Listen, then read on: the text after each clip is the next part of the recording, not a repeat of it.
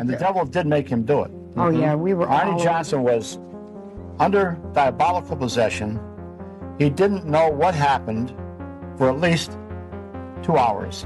In that 2 hours, he had killed Alan Bono. Hello, everyone. Welcome back to Truth or Demons podcast. I'm your host, Stevie, and today's episode is a long time coming. I've been working on it for over a year, probably closer to 2. This case is so controversial in the paranormal community, mostly because the people in this case are still actively telling their stories. And it's been so interesting researching this case and following it in real time what some of those involved are currently doing in the paranormal community, and even on Netflix. But before we begin, here's your disclaimer.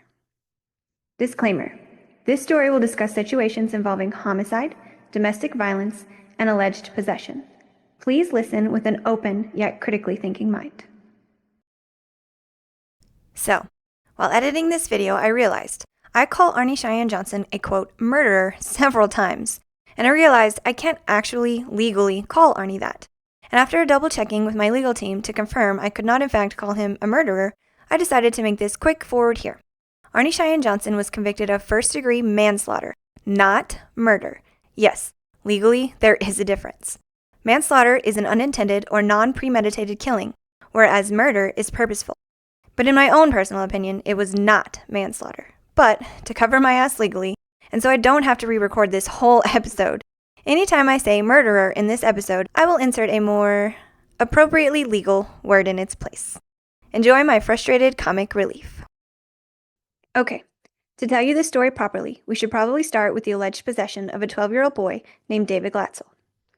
This particular part of the story has been told multiple ways. The movie, of course, tells it one way, which is kind of similar to the way the book, The Devil in Connecticut, published in 1983 by Gerald Brittle, the author that worked closely with the Warrens, tells it. Sorry, ADHD parentheses. If you know, you know. Anyways. And then you have the way Arnie tells it, and the way David Glatzel tells it, and also the way David's brother Carl tells it. Now, if you've read the book, you know, older brother Carl was painted as being possessed as well due to his behavior during this incident. Carl was one of the only people not on board with the situation of demonic possession. Here's Carl explaining how this started in his own words. Yes, I remember this. I had to think about it. It was started in the house in Newtown. Debbie and Shai were going to rent a house, but what the people don't know is he was renting a house with his mother and 3 sisters. And we moved them in there. Then that night they stayed at our house. Mary stayed down there. And keep in mind, the house that they rented in Newtown that was supposed to be possessed and all this stuff, his mother lived in that house for almost 5-6 months. And even his own sister told me, and it's not hearsay, she physically told me, she goes, nothing ever happened to us down there, but they had to get out because they couldn't afford it by themselves. And just like the waterbed episode, here's another thing that everybody keeps bringing up when David was on the waterbed. I was in that room. Alan was in that room. Jason was there, my nephew. They said the door got locked. The door didn't get locked, and I've told everybody this for years. It was an older house, had a lot of paint around the door frames, and when the door got locked, it didn't. The top corner of the door got stuck because they pulled and I pulled, and finally it opened up, but the top corner was getting stuck. The door was never locked. So this is how they took this whole story and blew it up, like the devil locked the door and all this bullshit. But yeah, and just let everybody know, with David, when this was going on, he got a lot of attention and he liked it. But also, you got to understand the other side of the coin. David also got paid from Netflix to do the show. So, of course, he's going to say he was possessed. But see, when we were suing Lorraine Warren for defamation, David's like, he told the attorney, I was never possessed. But when he's on TV, he's possessed because it depends who's ever paying him. That's which way he goes. And keep in mind, I also have cassette tapes of my mother speaking to Ed Warren saying, Ed, we need money, and you just like you do. And he's like, yeah, we're working on it now. We get a better deal. So if those people don't need money, then why is everybody worried about the mighty dollar? I did not go along with it. When they kept saying, oh, look, that moved or this moved, I'm sitting right there and I didn't see shit. And I told my father, I said, don't fall for this bullshit. There's just something about Lorraine rubbed me the wrong way. And Ed, he was more the orchestrator. because I didn't go along with it, so I was singled out. And he goes, he's not a believer. And it's not that I didn't believe anything. I was hoping to see something, because I've said this for 40 years. If any of this really did happen, I'd be the first one promoting it, because it'd be a gold mine. And then all it did was ridicule you and put us through hell and back. You know what I'm saying? So that's what happened. So now that you're caught up on how this all started, let's look at the key points that make up the alleged possession of David Glatzel. So, as some tell it, at some point, Debbie Glatzel, David's older sister, reaches out to Ed and Lorraine Warren. Debbie knows of the Warrens from the media and thinks it would be a good idea to contact them about David. This is where things take a wild turn. Ed and Lorraine come to investigate these claims Debbie and David's mother, Judy, have presented them. The Warrens seem to instantly believe their claims and immediately assess it as demonic possession. But get this, at one point in the very beginning, Ed sits down with Judy and explains exactly what will happen to David now that they have confirmed he is in fact demonically possessed. He tells Judy things that will happen, but here's why this matters so much. I'm going to let Carl jump in here again and tell you about it. Where our kitchen was and our living room, the only thing that separated was bifold doors. And we'd be sitting right there. I was in the swivel chair and Dave was sitting on the couch right in front of the coffee table. And Ed and Lorraine would be like, well, David's probably going to experience different episodes and he'll be acting, making different noises and acting out. And I'm looking at them like, really, we're sitting right here. We can hear all this stuff. And I just thought it was funny. It was like they were like pre-programming him how to act. And sure enough, as, the sky is blue. After they left, a couple hours goes by, Dave would start grunting, growling, and he was never superhuman or strength like this where they said, he picked up things. David was a beach ball. And he couldn't move. He could roll around the room, but he didn't jump up and none of this stuff like they said on TV. Because I still have photographs of me, basically, actually in my underwear, holding him down in the middle of the night because he was acting out. But he'd spit and curse and all that kind of stuff. Just typical. Now, keep in mind, David didn't do none of this stuff until the Warrens started coming around and explaining it to my mother and Debbie. And my father was sitting there listening to this too. But here's my point of view. If you're going to have a discussion about said subject, say, it's best if he goes outside and play or while we discuss this or something. They never said that. And that's what I find quite interesting of all this. And of course, everybody's jumping on the bandwagon too. Anybody that knows the Warrens or people act like they knew who we were. But believe me, it was not like it ever made out to be. David came out with words, and we have the tapes, you can hear them, where he used the word, my buddy and I crack up when we hear it, he'd call people, you cock knocker. So we're looking like at each other like, what the hell's a cock knocker? And we were cracking up when we heard this stuff. But it was never some word that you never heard, except for my mother. She'd use that word. That's how David used it. David never spoke in a foreign tongue. David had trouble speaking English. And I still have for the people that really want to know, I have all his records from the Steve Balsam School, everything that was left to me from my father. And I've showed this to Netflix, but they didn't really show a lot of it. You got to understand, Netflix did not show half the stuff that I gave them. So which I thought was like, you're supposed to be exposing them, and they turn it into something else. So, David was primed with clear instruction on how to portray a possession. Now, I know this sounds like I'm judging or jumping to conclusions, but let me explain why I say this so matter of fact. This is where you put on your critical thinking caps. So, David hears the things expected to come of his possession, including cursing and saying things, awful things, he wouldn't normally say. Ed gives specific examples to Judy, and David hears all of it. Oh, this is also very important. Ed and Lorraine also tell Judy, make sure she documents everything that happens from here on. So, when David starts having these fits of alleged possession, Judy Glatzel, per the instruction of the Warrens, documented it with Polaroid photos and audio recordings. So, David begins having a possession fit. According to the movie and the book, David seemingly begins to be abused and tortured by an unseen entity he refers to as the Beast. According to Judy and her documentation, she captured moments where David was being choked and punched and kicked. There are photos of this, but there is absolutely no way to prove David isn't inflicting these things on himself or just plain pretending. Whether you believe in demonic possession or not, there is absolutely no way to prove it with just one photo of a little boy with his hands around his own throat. There is no indication of superhuman strength or unexplainable reaction. It simply appears to be a little boy screaming and pretending to fight off something no one can see.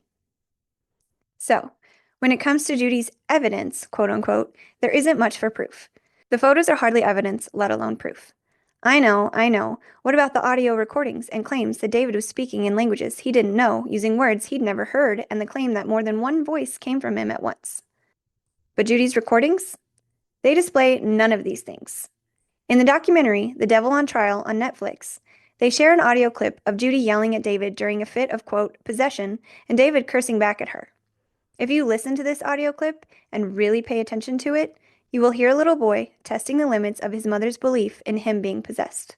You can hear David get bolder with what he says, and even falter slightly in his uncertainty to say what he says. Okay, now I admit this is a bit speculative on my part, but listen to this clip and you tell me if this sounds like true demonic possession or a little boy seeing just how far he can take this. Here's the clip. Cocksucker. I'll penalize you. David, stop it. You goddamn deserve to die. David. You don't deserve to live. David, calm down. You'll die. You free fucking bitch. Oh, one more thing this Netflix documentary pointed out. During these fits of possession, David's father would not participate. But, according to the documentary and testimony from David Glatzel, when Dad had enough, he came out and punished David and set him straight. Then suddenly, no more demons. Interesting how David is demonically possessed until Dad has had enough. Forget exorcists, we just need fed-up dads to dole out some old-fashioned punishment. Okay, before anyone gets all bent out of shape, I'm only kidding. I don't condone beating your kids, but it's a valid point. If some 1980s discipline from Dad can set a possession straight, what are we doing messing around with exorcisms? Okay, moving on. So the behavior continues, worsening and escalating. At one point, there's even an alleged story of a toy dinosaur taking on a demonic voice and walking across the floor. This dinosaur was allegedly taken home by the Warrens and added to their museum of haunted items, where it still resides to this day. Tony sometimes calls it a crocodile. But you knew it was coming. Let's hear what David Glatzel has to say about this alleged demonic dinosaur. Oh my God, you're killing me here. Which one? There was two of them.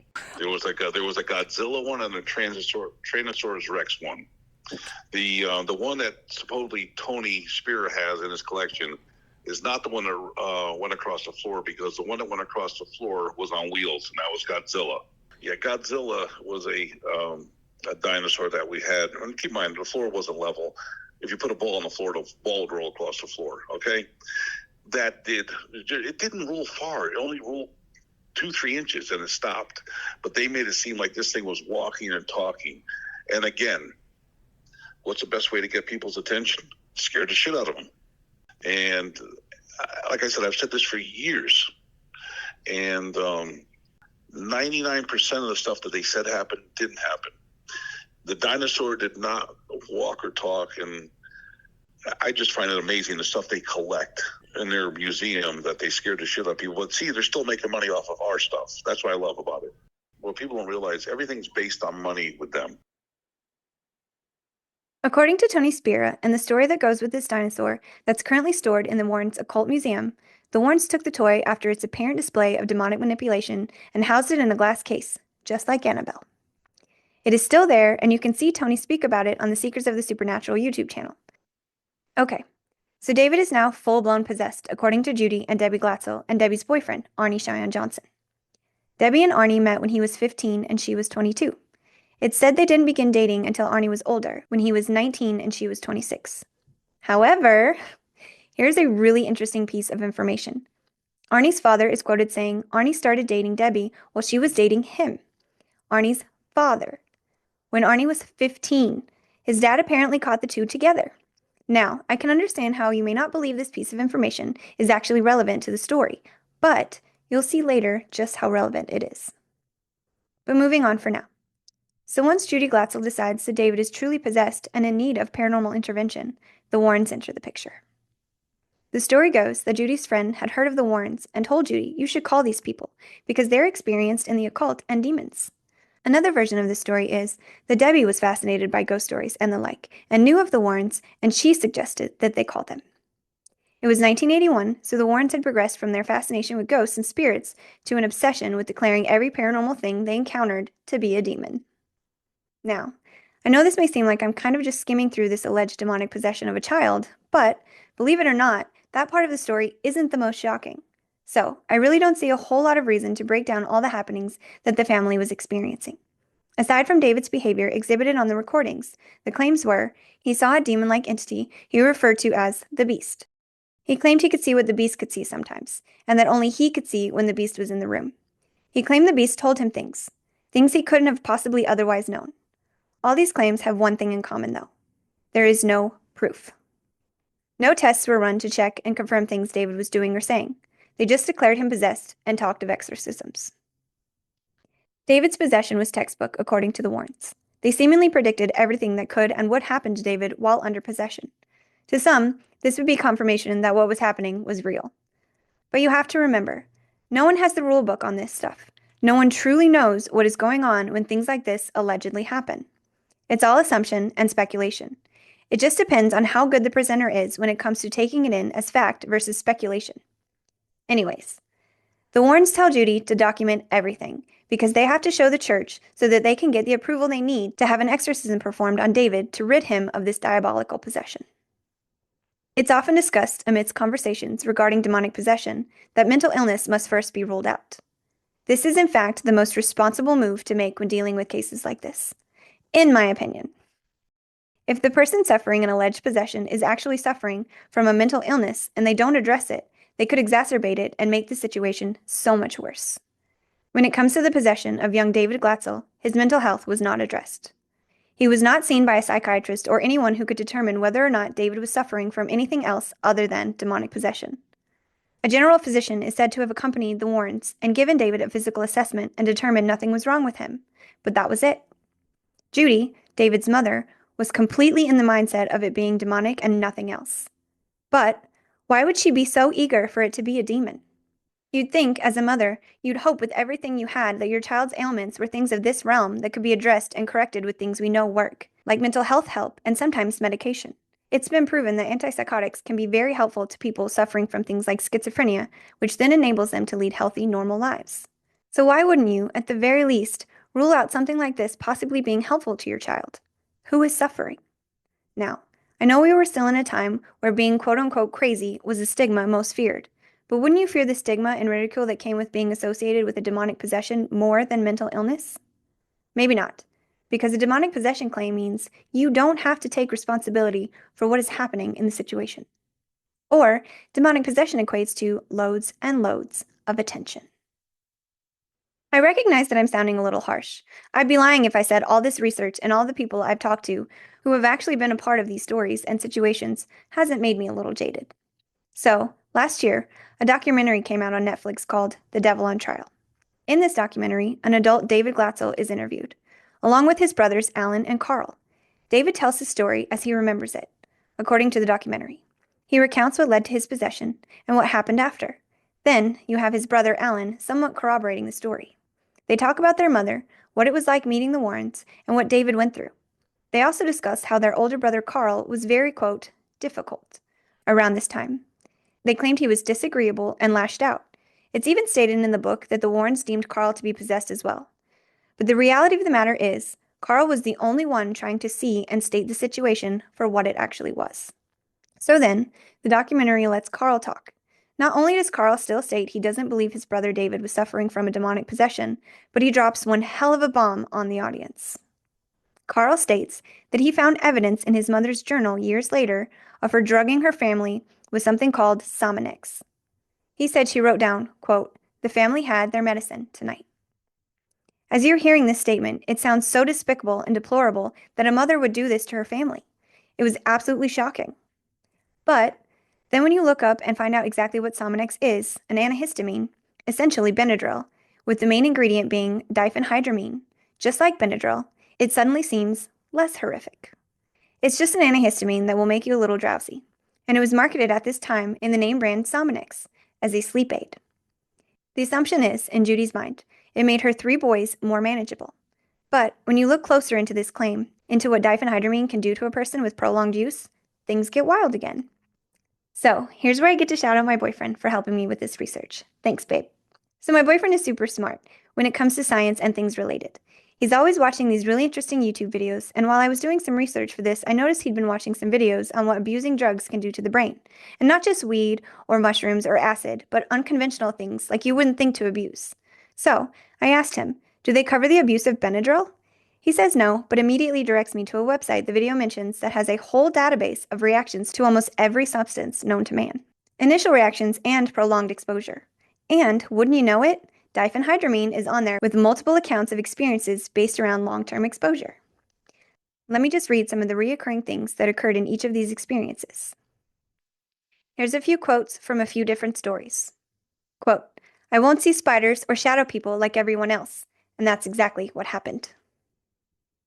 Quote, I have had an increase in negative side effects over time, especially in the last 6 months. Quote, increase in negative side effects over time. Quote, I've read trip reports of DPH in the past, which led me to believe that DPH is more fearsome than heroin or meth. So, now that you know that, and that Judy Glatzel documented nightly how she dosed her family with this drug, how do you feel about the claims of demons thus far? One of the most common experiences I read was seeing shadow people or demonic figures. While you think about that, here's Carl Glatzel talking a bit more about learning of this information. Well, that's a whole nother story. My mother would write everything on a calendar, and I can show that as clear as day.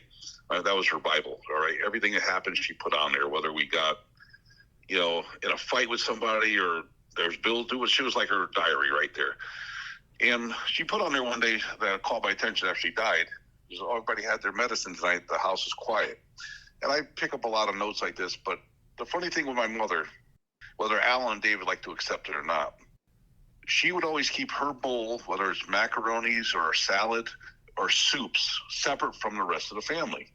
So she'd have, like, say if we have spaghetti, we have a big bowl, and on the table, everybody helps themselves.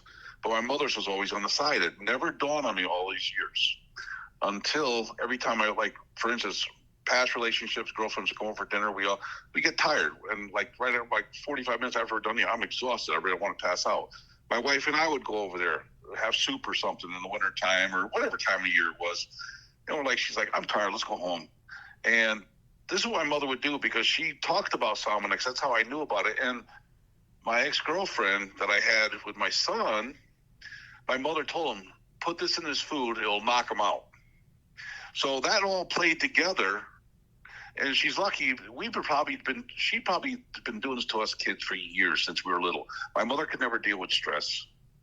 And even my father, he'd have dinner and pass out. And my mother was sick enough to do this shit. Whether people want to paint her as a nice old lady, but no.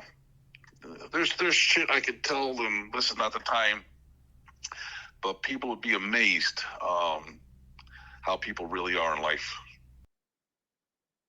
Okay, so I think we can move on from this story of a little boy and his demon and move on to the more shocking part of this whole situation. Sometimes real life is so much more horrific. Remember before when I mentioned the people present for the documentation of David's behavior during his alleged possession? One of those people was a man named Arne Cheyenne Johnson. He was David Glatzel's older sister Debbie's boyfriend. By this time, Arne and Debbie had been dating a couple years. Arne had been around quite a bit, and Debbie's family was very familiar with Arne. Also, they called Arne Shy, or Cheyenne, then, so when you hear Carl say Shy, he is referring to Arne. I also find it interesting that Arne would go by Arne now because it's said by family and friends that Arne didn't like going by the name Arne because that was his dad's name. But, anyways, Arne is very much a part of this family at this point. In the movie, The Devil Made Me Do It, of the Conjuring movie franchise, and in the book, The Devil in Connecticut, by Gerald Brittle, Arne sees David as a little brother, someone he loves and looks out for. So, when David becomes possessed, Arne does the unthinkable. Well, the unthinkable according to Lorraine Warren. Arnie gets so fed up with the suffering David is experiencing via this alleged possession that he goes and does what they always tell you not to do. He challenges the demon, and he commands it to leave David alone and take him on instead. I really want you all to hear Carl's take on this, so again, here is Carl telling it from his perspective. There's nothing there. Arnie would be like, David would go through his little spits, and we're sitting there. And then Arnie said, well, and I don't understand, the worst part that nobody understands is Arnie wasn't even religious. And that's what I find amazing, because his own father said in a statement that we have on the police department when all this stuff took place, he even said, I didn't know my son was religious. And it's mind-boggling. So when he said that, nothing happened. But as soon as they told the Warrens, like, oh, we had the episode last night or the other night, I forget how it was set up. Oh, you should have done that because you're telling the entity to enter your body and not his. Well, the only thing I think that entered Arnie's body was an enema, because he portrayed this big facade that he's a bad boy, but he never went nowhere without a knife. I mean, he always had a lock blade on him. Actually, I sold the original blade to get rid of it. My mother had it wrapped up. His original lock blade, keep in mind, it was a buck knife. She had it wrapped up in a napkin with rosary beads wrapped around, taped to it, and I sold it to a guy that wanted it, and he sold it on eBay. Here's a guy that was what I call Napoleon syndrome. Everywhere he went, he had a knife, and that's how he threatened people. And it's just, it goes on and on. So look, you can look at that any way you want, but Arnie's not the person people think. They try to make him look like a savior, and I don't know how far you want to go with this conversation as far as doing facts and truth, because this is going to be a lot more than a 10-minute episode just on him, because his own son, as we spoke prior, would fill in a lot of people's answers the way Arnie really is. So in the movie and in the book, the demon does not immediately show itself within Arnie. It waits and it bides its time, according to Lorraine. It is also said that Ed and Lorraine went to the local police well before the incident to warn them that something bad would happen. In the documentary that just released last year called The Devil on Trial, Detective Glenn Cooper was the one in the station when Ed and Lorraine came in. Lorraine then proceeds to state, quote, I see serious injury or death with a knife. Now, I can't really explain how Lorraine would know this would happen before it happened, other than her having what she called a psychic vision of it. That is the only explanation given. The only other thing I can think of would be considered hearsay, suspicion, and speculation, and not a valid argument. But, at the same time, in any other true crime case, it would be considered incriminating. Think about it. In a case where someone murders someone by stabbing them with a knife, if there were a record of someone coming forward ahead of time to warn of a quote-unquote death by knife happening and having some degree of relation to the person who did commit the crime, wouldn't that be considered evidence of premeditation? As a detective, wouldn't you look back on that and assume it meant that whoever committed the crime revealed to this person that they had intent to commit it? Wouldn't that be the logical avenue of investigation? Or do you guys think I'm reaching here? Let me know down in the comments. Okay, rewind for a minute. I got a little ahead of myself. So, like I said, it was a few months before Arnie experienced anything as far as demonic possession goes. Some sources say Arnie did have a moment or two where the demon presented itself within him, but they're not always acknowledged. Some retellings say there were no signs in Arnie before the fateful day. Some say there were, but there was nothing that could be done about it, and no way to predict when it would happen. So, when the devil, quote-unquote, finally did make himself known, it was too late to do anything. A life had been taken, and a man claimed he was demonically possessed when he took that life. Before I tell you the details of this shocking and heartbreaking scene, I'd like to do something I've personally never seen any other media do when retelling this story. I'd like to take a moment to remember this story's victim, Alan Bono. And I don't mean just talk about who he was and where he came from, but instead hear experiences someone had with him and what it was like to know him. Alan is often portrayed as the antagonist in this story, especially in the movie. When I break down what happens, you'll see why. But in reality, Alan was not the antagonist. He was the victim. He did nothing to deserve the fate he met. And if you believe Alan was the victim of a demonic attack via Arnie, then you would possibly say, it's always the innocent who fall victim to the diabolical. But as far as demonic possession as a legitimate thing in this case, the facts plus other things that have been brought to light over the years prove there is no actual evidence of a demonic anything occurring amidst this family. But due to this story, no one ever talks about Alan, past who he was and what he did right before he was murdered. I couldn't find much information online about Alan Bono, and that makes me really kind of sad. Not even an obituary. Instead, on findagrave.com, there is one paragraph about him, then the rest is about his murder and his murderer. Here's what the paragraph says. Alan Bono, the manager of the Brookfield boarding kennels in Brookfield, Connecticut, hadn't lived in Brookfield long, about 6 months. No one knew too much about Bono. He lived in Australia, where he'd managed a plantation for about 17 months, and he'd come to Connecticut from Florida, where his sister lived. His sister owned the kennels, and she had asked Bono to come north to manage them. He was 40 years old, short and stocky, and he liked to talk about himself, about things he'd done, the places he'd seen. These are the facts we know about Alan, who he was, what he liked, and a tiny bit of his history. But now, I'd like to share something else with you. Someone who knew Alan right before his life was taken, and who can share with us some stories to help mend his memory and shed some light on Alan Bono, the person. Alan Bono was a nice guy. He was from Australia. I know him. I met him. I've been down there a few times with them. Him and my mother used to go roller skating sometimes during the day at Rollerland. There was a place in Danbury. Alan was not aggressive like they made him to be. He lived there at the kennels, and I think it belonged to his sister at the time. But he was always friendly and, just a nice person. And in the movie, they portrayed him as some dirtbag, long-haired. He was nothing like that. But yet, if you could remember throughout the years, it was always Debbie and Arnie. It's our story. It's like, this is what happened to us. They don't talk about Alan Bono like, oh, by the way, I'm really sorry for killing him. But you see, another thing, I want to make sure people understand, this ain't hearsay. This was told to me from Cheyenne's oldest sister.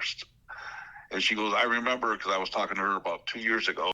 I was hanging on to Shy's waist. And by the way, Shy is what we call him. We don't call him Arnie. His name is Cheyenne. We call him Shy.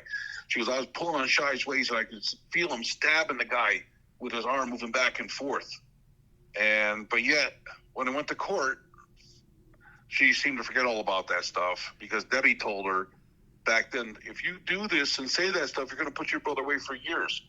And the other side of that coin, when this was all going on, my family gave me money to skip school to go where I wanted for the day, and I didn't know they were doing trials. That's why I was never part of this trial, because they didn't want me there.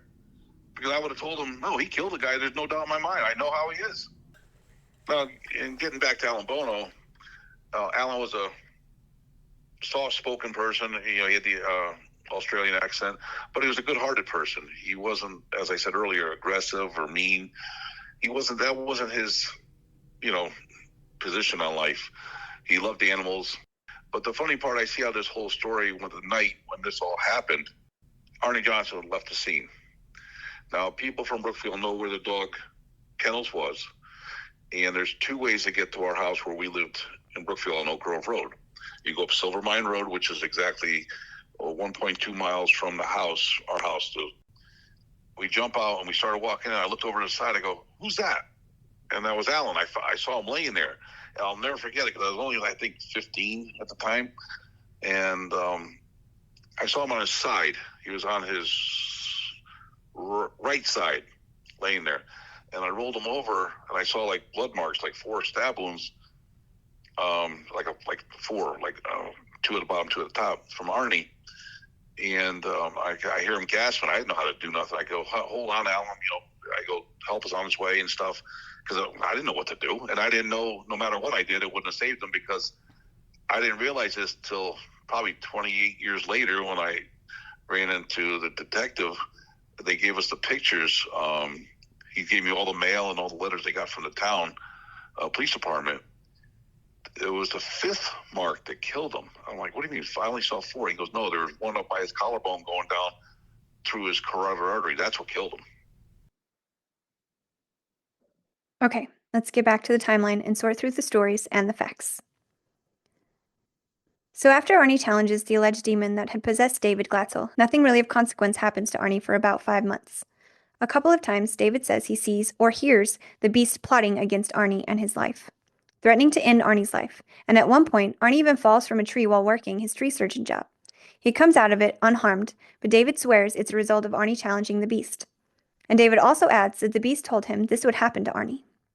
At some point between when Arnie challenged the demon and David and when he commits a sudden irreversible act, Lorraine Warren felt the psychic need to warn authorities that something bad was going to happen. According to the book, police said they received a call from the Warrens and they said, quote, the potential for great danger, end quote, was coming as a result of the events at the Glatzel house. In the movie, Lorraine says, quote, I know how this is going to sound, but there's going to be a tragedy at the Brookfield boarding kennels. And, according to the testimony of the officer who took Lorraine's call, quote, I see serious injury or death with a knife. In this documentary, where Officer Glenn Cooper tells of this experience he had with Ed and Lorraine, was the first time I'd heard of this situation having confirmation. It honestly made me scratch my head a little that Lorraine had the foresight or possibly the psychic ability to make this urgent warning. But also, what did she really think the police would do with that information? She didn't have any more details that could be any kind of helpful. Now, using my investigative gut instincts, my first reaction is this was strictly set up for some kind of confirmation that the act that would take place couldn't have possibly been murder. But to me, again, this just sounds like premeditation. I know, I can hear the arguments. How could Lorraine possibly know what Arnie would do? How could she possibly know Arnie would stab an innocent man? Unless she saw it psychically and it was the work of demons. I get that, I do. But the logical side of my brain says, what if Lorraine didn't have a psychic vision, but more of an intuition? Based on Arnie's behavior and things that the average observer of this story doesn't know, but the Warrens did. In the days leading up to the brutal murder of Alan Bono by Arne Cheyenne Johnson, there was much more going on than just the anticipation of the rise of the aforementioned demon. In the documentary, this is addressed for the first time. According to the documentary and Debbie's family members' testimony, Debbie had had some sort of relationship or affair with Alan Bono. Now, if you were the detective on this case and you learned that your murder suspect had domestic issues with his victim, wouldn't that make you scratch your head a little more about the intention of this crime? Now, I am not sure if this was on the prosecutor's radar, but Debbie did go into the police station to say she'd been hearing these rumors of a love triangle between her, Arnie, and Alan being relevant to the murder, and she wanted to clarify that that wasn't true, but she had had, in the past, a relationship with Alan Bono. Then was very adamant that it was over now. When the judge declared he would not allow the defense of, quote, demonic possession, Arne Cheyenne Johnson's attorney went with self-defense, and the outcome was involuntary manslaughter. Arne Cheyenne Johnson stabbed a man 4 times, maybe 5, and received a sentence of involuntary manslaughter that came with 10 to 20 years jail time. Arnie ended up serving only 5 of those 10 to 20 years. He was released on good behavior. So, how did this crime even happen? How did Arnie end up stabbing the man that not only gave him and Debbie housing, but also was Debbie's employer? Alan Bono was the owner and operator of a dog kennel in Brookfield, Connecticut. It was known as the Brookfield Kennels. Above the kennels was a little apartment that Arnie and Debbie ended up renting when things allegedly went paranormally south at the home they tried to rent. That rental house is considered the catalyst that led to Debbie's little brother, David's, alleged possession.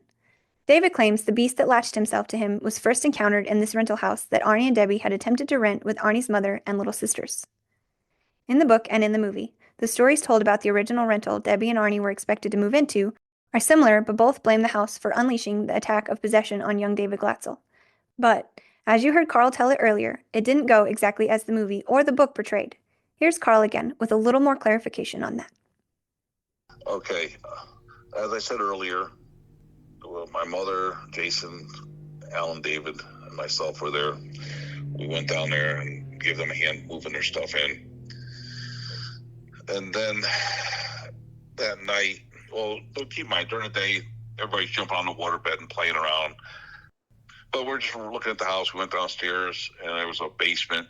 And inside the basement, as you're familiar with what they call Bilko doors, I don't know if you have them out there, but Connecticut, it gives you access to outside the house, all right? They got a staircase that you access your basement, so it's not a walkout basement. You got to climb up stairs and come out. They had one of them there, and all of a sudden this turned into a Bilko door, but the other side of that door was a dimension. It went to hell. That sounds good. And I'm like, and where'd this come from? It was just an old house. That's all it was. There was no dimension. There was no nothing. And there was an old well house outside, but you couldn't get to it. So when they're telling me they're looking in it, it was all covered in vines and stuff, prickers. Nobody stood over it and looked inside the hole, but in the story, they looked inside. That's what I found interesting with this house in Newtown. But yet, as soon as they left it, and keep in mind, for years, nobody knew Mary Johnson lived there. She lived there for an additional 6 months after Debbie left. And the reason they left was they said that, here's our story. They said that the dog they left there, the sheepdog, was covered in blood. It was scratching at the door. His nails were tore open. That never happened. Physically never happened. But in the story, it did. This is when I knew Debbie and Shy was, they're just scheming shit. You got to understand, that was their middle name, schemers. They always try to make a fast buck off somebody. And they put this together really well. But I'll tell you what, a lot of this stuff just fell in place to them. The Warrens would tell them how to act and what to expect. And sure enough, it would happen. That's what I find amazing. If it's a real true ghost story, or demon, whatever they want to call it, then why explain to the subjects how to act? When we left the house, that house where Debbie was renting, it came out on Route 25. It's a road where we used to live, in Connecticut.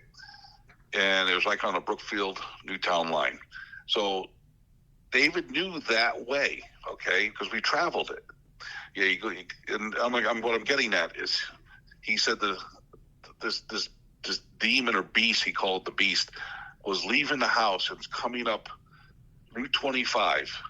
All right, it's at the church. It's coming down the church. It's coming down Silvermine Road now. It's cutting through Pat and Teddy's yard. And it's on the roof of the house. I'm like, Sam, what the fuck's he talking about? But he didn't know this because he never traveled it. All he had to do was pick up the train tracks, which was 500 feet from the house, and take a straight run from there to our house. And I used to say that to him. I'm like, why doesn't he just take the train tracks? It's quicker. Why does he have to go? Does the devil stop at red lights too and he has his blinker on? I'm like, he's talking like a child. And these adults were eating this shit up like it's stew. But all he had to do is jump on the train tracks because those train tracks went right in front of our house. But David didn't know that way. He never went. He's never been that way. So he can only picture things that he's done. That's what is so interesting in the story. That's why everybody's like, why are you so skeptical? Because I see the bullshit. You know what I'm trying to say? If we did an aerial view and show you where the house and the train tracks were, it goes right in front of our house. The only way he knew how to go was Route 25, Silvermine Road, and down and cut across the yard. That's what I find interesting, that nobody even knows about. I've mentioned it, but nobody's questioned it ever. So they're like, no, that's the way he's going. He could visualize this in his head where the beast is projecting this to David. Lorraine would go, really? That's the point I'm trying to make to people. You're talking about an 11-year-old kid that watched a bunch of horror movies. That's really, but you got to understand, he received a lot of stuff, a lot of attention. He loved it. But the best part of this whole story was when he went to the Steve Balsam School around other children, teachers, adults. My family wasn't there. He didn't have no episodes. He just played with the kids and had a fun time. But when he gets home, around time to go to bed, the shit would start up.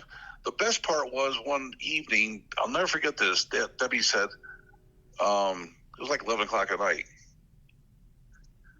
It's awful quiet here tonight. I hear at the table like that. 15 freaking minutes later, David's doing this shit again. Yeah, this is how bizarre it is. So, and if Lorraine Warren was clairvoyant, Debbie used to sit there. See, people don't know that Debbie and my mother hated Lorraine Warren for screwing them out of money. And again, we have this cassettes. Debbie said when she came over in 86, I think it was, or 85, the last time she came over, she goes, while she's sitting there the whole time, I kept saying, she goes, I can't stand you, you bitch. Can you read my mind? And Debbie was telling my mother this, and it's like, and she goes, she never even noticed. So this is what I find very interesting, that everybody thinks I'm the bad guy thinking I'm bad thoughts about the Warrens. No, they were entertaining to me because I could see their bullshit. I knew what I was dealing with, so it didn't offend me. Then again, most things don't offend me. But this is how far bizarre it goes. So, David got possessed by a haunted house. Arnie challenged the devil, claiming possession of David, and now Arnie has been walking around for about 5 months with a demon festering inside of him, with the diabolical plan ready to erupt at any unsuspecting moment. Let's now visit the day that shocked a small town and then a nation. On February 16th, 1981, the day started out fairly normal. Debbie and Arnie woke up and prepared to start their days. Debbie will work at the kennels alongside Alan, and Arnie will go to his job as a tree surgeon. But this morning, Arnie mentions to Debbie that he isn't quite feeling well, so he calls out of work. Debbie still had to tend to her job at the kennels, so, according to one of Arnie's sisters, she and her other sister and her cousin all went with Arnie and Debbie to her job at the kennels. To me, this whole story told by Wanda, one of Arnie's sisters, is confusing. She says that they all decided to go to the kennels together with Debbie for work, but Debbie and Arnie lived at the apartment above the kennels. Alan lived there too, kind of. I'll explain in a moment. I'm not going to get into all the different testimonies because there's so many sources and they all say different things. Sometimes the stories are similar, and sometimes they're completely different. The book says one thing, the movie says, of course, different things, and news sources reporting on it then and even now all report different things. So, again, I asked Carl for a little clarification on this. Here's what he had to say. Okay. Debbie did not live above the kennels. There's an apartment, little like 5 or 6 units to the left of the kennels. They lived upstairs there. The kennels was about 50, 60 feet from there. Alan Bono lived in the kennels above, in the back room. I think his apartment was above, upstairs, separate from the kennels. I know this may seem mundane to even address. What does it even matter, really, who lived where and when in the grand scheme of things? Well, I think it says a lot about the possible emotional turmoil that could result in living in close quarters with someone who not only is said to drink a lot, but also rumored to have had an affair with your girlfriend. I don't know about you guys, but I know how tempers can gradually build when living with someone you don't necessarily really get along with, or someone who has seemingly wronged you. Could you imagine trying to keep your cool and your composure while living with someone your girlfriend is rumored to have had a relationship with at one time? Emotions are absolutely bound to boil over at some point. It is not out of the realm of questioning to link their situation with the tragedy that happened. And to top this all off, there are claims that Alan was a boisterous and annoying drunk, but also Arnie is said to have had anger issues, especially when drinking. After Arnie stabs Alan and flees the scene, Debbie is said to have told her father, quote, "You know how he gets when he drinks." Here's Carl talking a little bit about that. That is not rumor. That's factual. And just so everybody knows, when we got the call that night, I think it was like 5:45, 6:30, something like that. My dad and I were working on his truck. And it's funny, in the movie, they showed that the father and son working on their vehicle, and they jumped in the truck, and my mother screamed, "Something happened down at the kennels." She came down. My Uncle Johnny was there watching David and Alan. And again, please follow along here because I got 40 years worth of memories to go through. David didn't know nothing that was going on. But in the story, he knew all about it. It was coming. But David and Alan were scared shitless in their bedroom with the door closed. They didn't know what was going on. My uncle was there watching them. And my mother, father, and I jumped in the truck. We zoomed down, and like I said, it's a straight run from our house down to where they are. You get to the end of Silvermine Road, turn left, and quarter mile down the road, 5/8 of a mile. It's there they are at the kennels. But when we got there, my father, Debbie came outside, or she was outside. We pull up. No, my father went in. I went over to Alan. He went in. He's the one that called the police. Nobody called the police, which I find weird. You got a guy bleeding here, but nobody's going to call the police. That's why my father thinks Debbie took Shy out of there to get a head start. They didn't know what they were going to do. They were just scared. And then when the police showed up, let's see, Joe Lamparelli was there. I remember that because I said, "Here, he went this way," and he had his flashlight, and I'll never forget it because he shined a light. I go, "That's his knife right there." He goes, "Don't touch it." And Shy left his knife on the ground. It was like half open a little bit. And he goes, "Don't touch it." I was okay. And then I think Ruben Light showed up. We were all at that point. The police were starting to roll in. The ambulance was there, and Debbie was standing there with my father. And I remember my father standing there. I believe there was an officer to his right, and I remember Debbie saying, "You know how he gets when he's drinking." So, how do you guys feel about all this information the book and the movie and most of the media don't give to you? How do you feel about the charges Arnie faced for murder and the outcome? How does it make you feel to know an innocent man died at the hands of a man who swears up and down that the devil made him do it? Do you think demonic possession was at play in this crime? Do you think Arne Cheyenne Johnson is an innocent man or even a victim himself? Before you decide on your answer on that, let me present you with some more character evidence, so to speak. We don't know much about Arne Cheyenne Johnson after he was released and continued his life with Debbie, who he also married while in prison. We don't know what kind of person he was, what kind of husband he was, what kind of father he was. Or do we? You guys know I never ask questions like that without having the answer for you. So, during my many conversations with Carl Glatzel during and before I finished writing this episode, something happened. Carl has some nephews as a result of his sister's marriage to Arne Cheyenne Johnson. Recently, Carl's nephew decided he wanted to tell his own story. The story of what it was like to grow up with Arne Cheyenne Johnson as his father. From interviews with Arne that have been circulating for the last 40 years, the Arne Cheyenne Johnson we are most commonly presented with is a kind, gentle man who is soft-spoken and insists, to this day, he was demonically possessed in 1981 and no longer is. He says he is now free of that demon. But Arne didn't have an exorcism. David did, according to the story that they tell. David didn't actually have an exorcism either, though. They say David did, but I'll have Carl answer this one for you guys.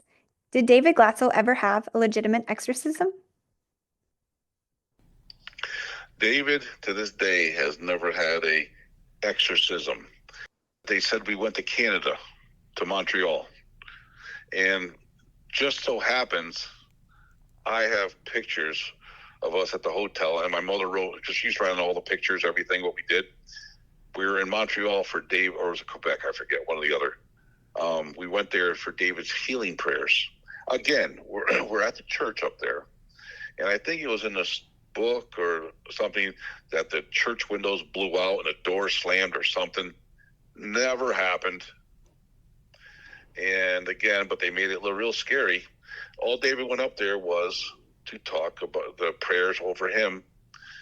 And if you want, I can send you the picture. Actually, it's me. Actually, I was sleeping on the bed. I was holding the puppy. I fell asleep because I was exhausted. And if you turn it over, it says we're in Canada over David's healing prayers. So, if exorcism is the only way to relieve someone of a demonic possession, and neither David nor Arne ever had a legitimate exorcism, where did the demon go? Did it just get bored and leave? Is there a risk of it coming back? Is there a risk of Arne becoming possessed again, or even David? Some people who claim to believe in demons blame demons for every negative thing in the world. Have a smoking problem? It's a demon. Have an addiction to drugs or alcohol? It's a demon. Have a migraine? It's a demon. Commit domestic violence on your family? It's a demon. Commit murder? Definitely a demon. The problem with demons in these scenarios, most of them, is the fact that it seems to be the scapegoat. It appears these demons are ways to skirt around the responsibility of one's actions. If demons are responsible for these unthinkable acts, then we can still love and have respect for these people despite those acts. For some, they can even look past the awfulness of a situation much easier with the idea that it was out of the person's control and there was absolutely nothing they could do about it. This is not only an irresponsible reaction and response, it is insanely short-sighted and naive. No, it's just plain ignorant. How does one completely disregard a deplorable act committed simply because alleged demons are responsible? If that's the case, every person in the world could claim that their despicable acts were not in fact of their own free will. Could you imagine what kind of world we would live in if this were a thing? Fortunately, most of the time, this is not the case and justice is served in the way it should be. But what's even funnier? When this trial for Arne Cheyenne Johnson began, and the world got wind of the defense he tried to go with, Ed and Lorraine came forward and said that the defense of demonic possession had been used before and the case had been ruled in the favor of the alleged demonically possessed. Even a news anchor was repeating this information, but it was complete misinformation. Yes, there were cases where the criminal tried to claim demonic possession, but they did not win their trial on those grounds. That was a flat-out lie.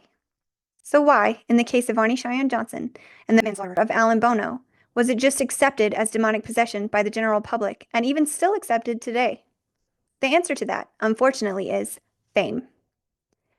When someone gets thrown into the limelight and fame becomes a thing, logic seems to go completely out the window. So let's look at that for a moment. The concept of fame, or in this case, I would say infamy. How does one manslaughter someone and become famous? This is so wild to me. Arne has been on countless documentaries telling his story.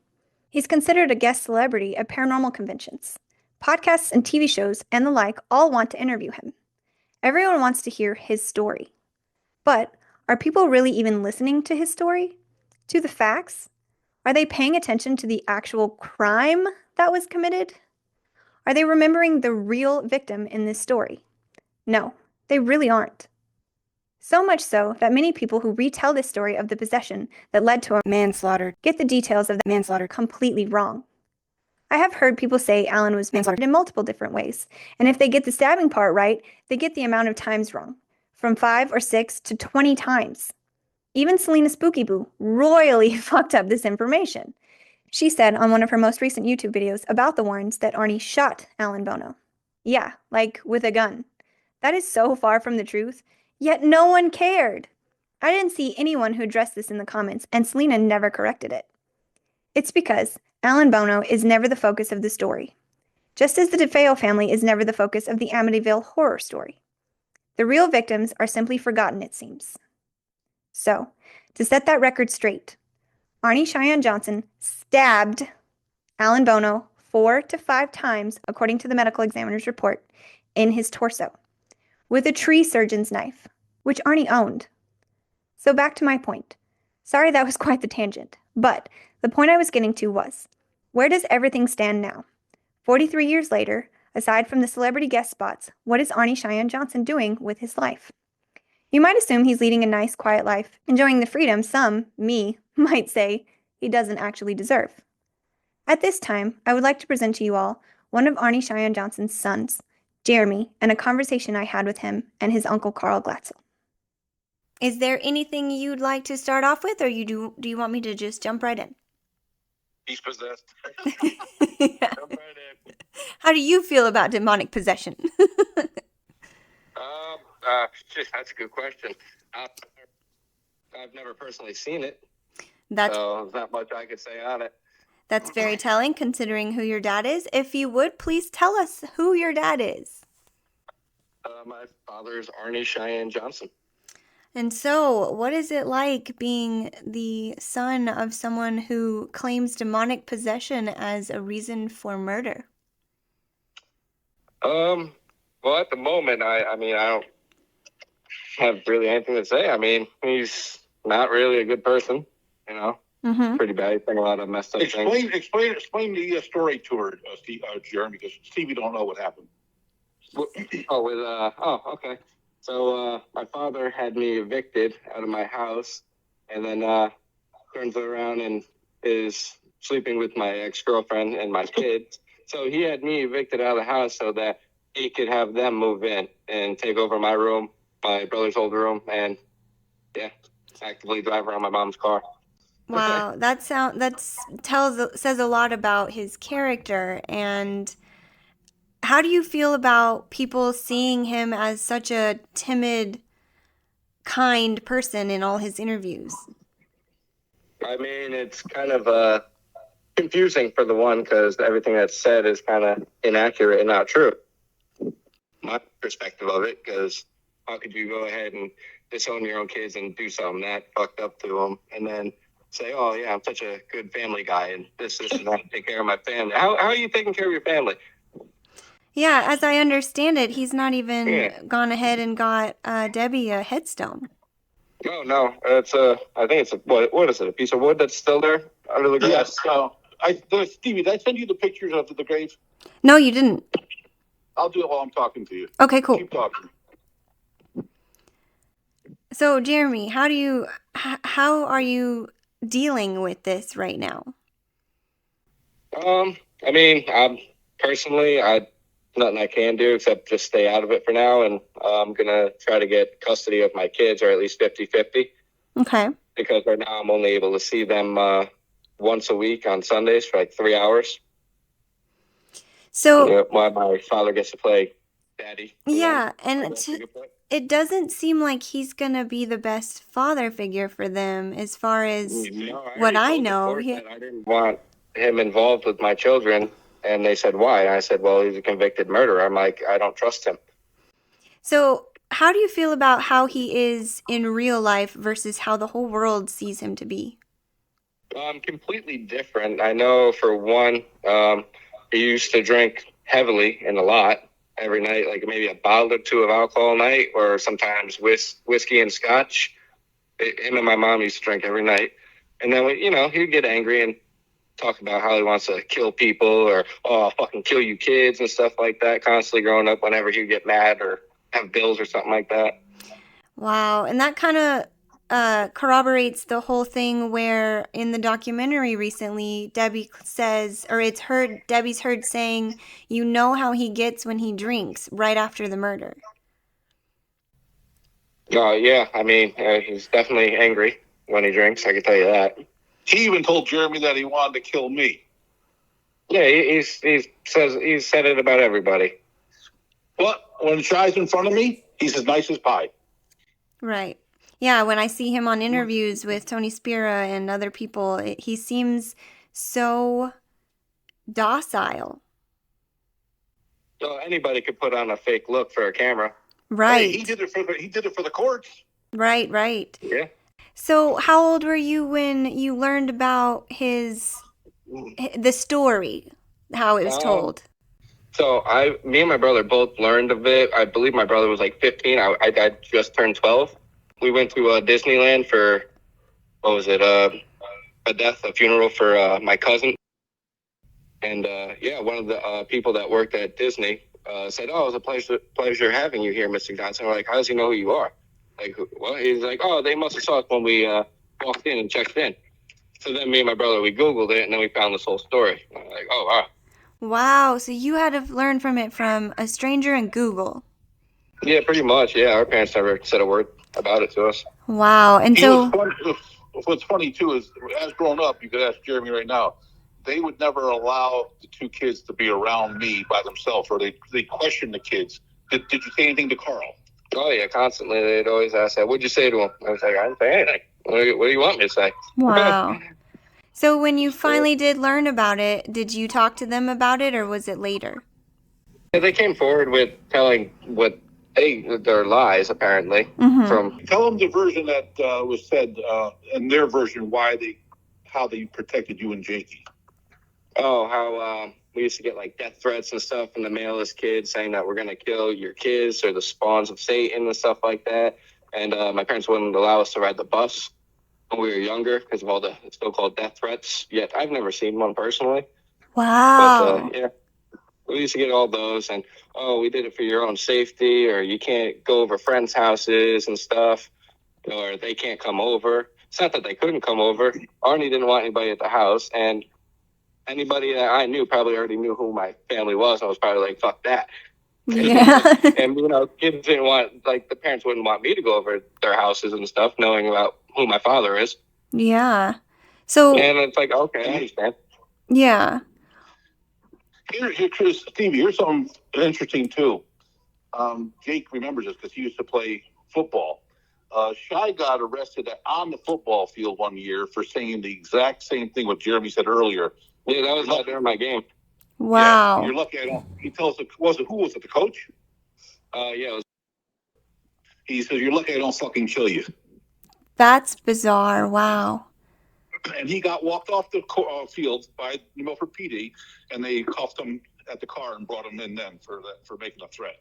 Jeez. And then he says, "Oh, you misunderstood me." What did he say, Jeremy? I forget what he said now. They said that Arnie and my mom were having a discussion about it, and Mike Overt's mom overheard and said that she heard Arnie say that I'm gonna fucking kill him. Instead, Arnie had said, "Oh no, all I said was this guy fucking kills me." Oh, nice cover. Yeah, the quick cover up. Yeah. So how did your parents explain to you, and how did you deal with that? Did you ever ask them questions? Did you ever question them? They pled to my mom's like last dying breath. Everything was true and real, but it's like at the end of the day, it's like you hear all the stuff, and it's like how can I believe it if I haven't seen it? Very true. And a lot of people struggle with that when it comes to demonic possession. And then a lot of clergy or people involved will say, well, we can't share the evidence. But this was a situation where they claim to have had evidence. So they kind of cut their own throats with that by claiming to have the evidence, the videos and stuff, and then not having good enough evidence. Well, Stevie, as you're aware, and Jeremy knows this too, when I went after all of them legally, the day we're going to go for trial, my lawyer gets a call, says they just called, they want to settle this. I says, no, let's go to court, because they said they have all these years of documentation. I want to see it. Mm-hmm. And he goes, no, they want to settle with us now. And that was the end of the story, because they couldn't go public with it, because we found out after we settled, the first Conjuring movie came out. Wow. So can I hear some more stories, Jeremy, about what it's like with being around your father and what you can kind of relate to his personality towards other people? Other people, I mean, he can come off as like, oh, being a nice guy who wants to help out, but, you know, if he gets angry or anything, you know, he has a tendency to go straight for, oh, fucking gut you and stuff like that. Like, that's pretty killing. Violent and graphic, yeah, for the average person. Yeah. Well, Stevie, how do you think it makes him feel as one of his own sons when his father looks at him and says, "You're lucky I don't fucking kill you"? Yeah, that would be gut-wrenching for me if my parents said that. We grew up hearing that constantly. And so now with the fame he's trying to achieve with his story, how do you feel about that?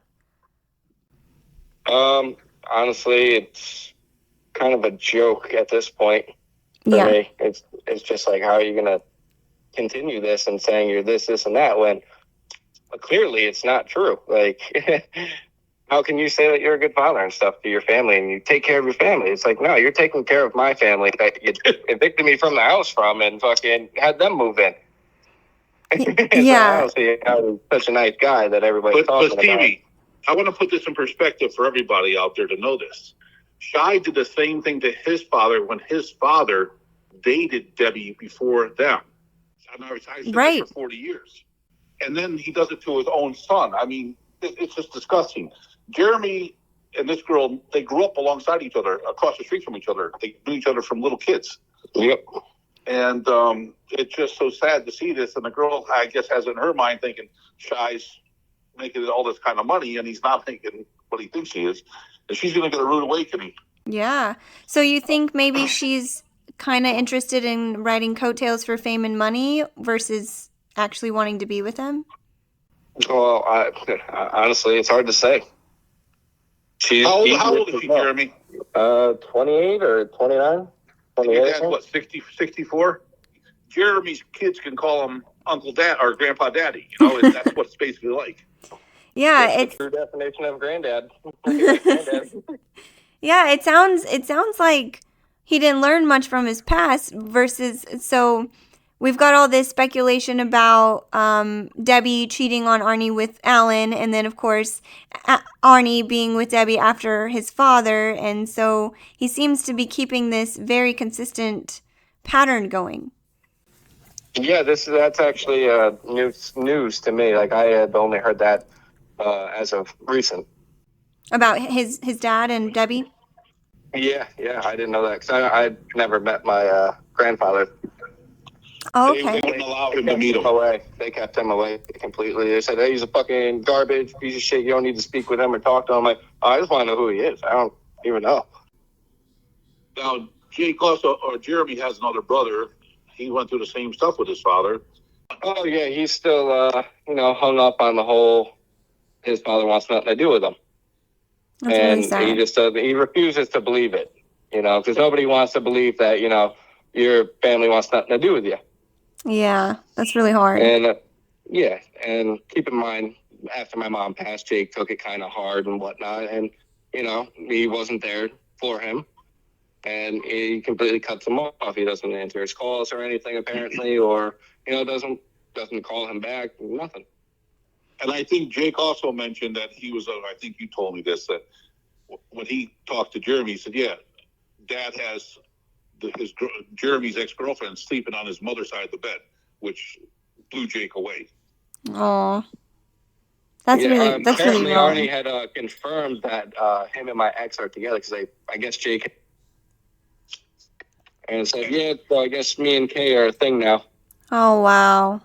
And he's like, yeah, I know. He's like, how do you know? We haven't told anybody. And he's like, I have my ways. It's like, I'm the one who figured it out. I pieced it all together. And I was like, oh, wow, go figure. Between like what my kids have told me and just adding everything up. Yeah. Such as far as like when he evicted me, sent me to court.